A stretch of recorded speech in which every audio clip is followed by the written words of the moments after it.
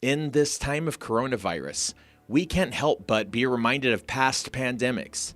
Wikipedia states that the Spanish flu lasted from February 1918 to April 1920. It infected 500 million people, about a third of the world's population at the time, in 4 successive waves. The death toll is typically estimated to have been somewhere between 20 million and 50 million, although estimates range from a conservative 17 million to a possible high of 100 million, making it one of the deadliest pandemics in human history. Here's the introduction to today's letter. On January 22nd of 1919, during her freshman year at college, 19-year-old Margaret Mitchell received word that her mother had fallen ill as a result of a deadly flu pandemic that was sweeping the globe, along with instructions from her father to return home. A few days later, she did just that, only to be greeted at the train station by her brother with the tragic news that their mother had succumbed to pneumonia the day before. As they traveled home from the station, he passed her the following letter. Margaret Mitchell's classic novel, Gone with the Wind, was published 17 years later. Here's the letter in full. Dear Margaret, I have been thinking of you all day long. Yesterday you received a letter saying I am sick. I expect your father drew the situation with a strong hand and dark colors, and I hope I am not as sick as he thought. I have pneumonia in one lung, and were it not for flu complications, I would have had more than a fair chance of recovery. But Mrs. Riley had pneumonia in both lungs and is now well and strong. We shall hope for the best, but remember, dear, that if I go now, it is the best time for me to go.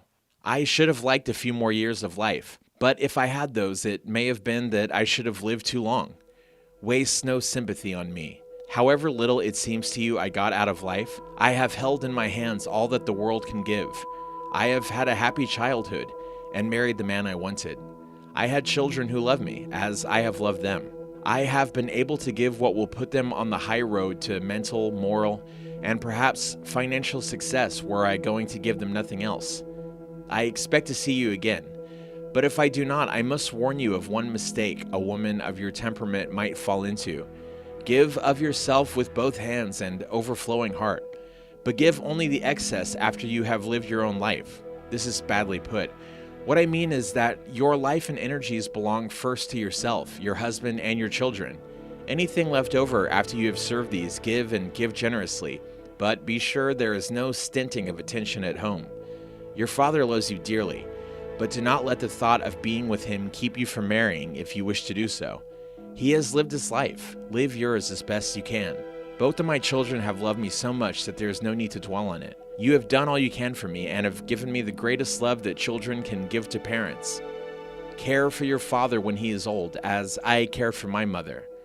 But never let his or anyone else's life interfere with your real life. Goodbye, darling, and if you see me no more, then it may be best that you remember me as I was in New York. Sign, your loving mother. Such a heartbreaking loss, a truly terrible way to lose a parent, and a grim but necessary reminder of how in the time of a virus outbreak, we must be cautious to protect those we love and ourselves. I hope you enjoyed listening to this wonderful letter. If you like this video, support us by hitting the like button and subscribe to our channel. See you in our next episode.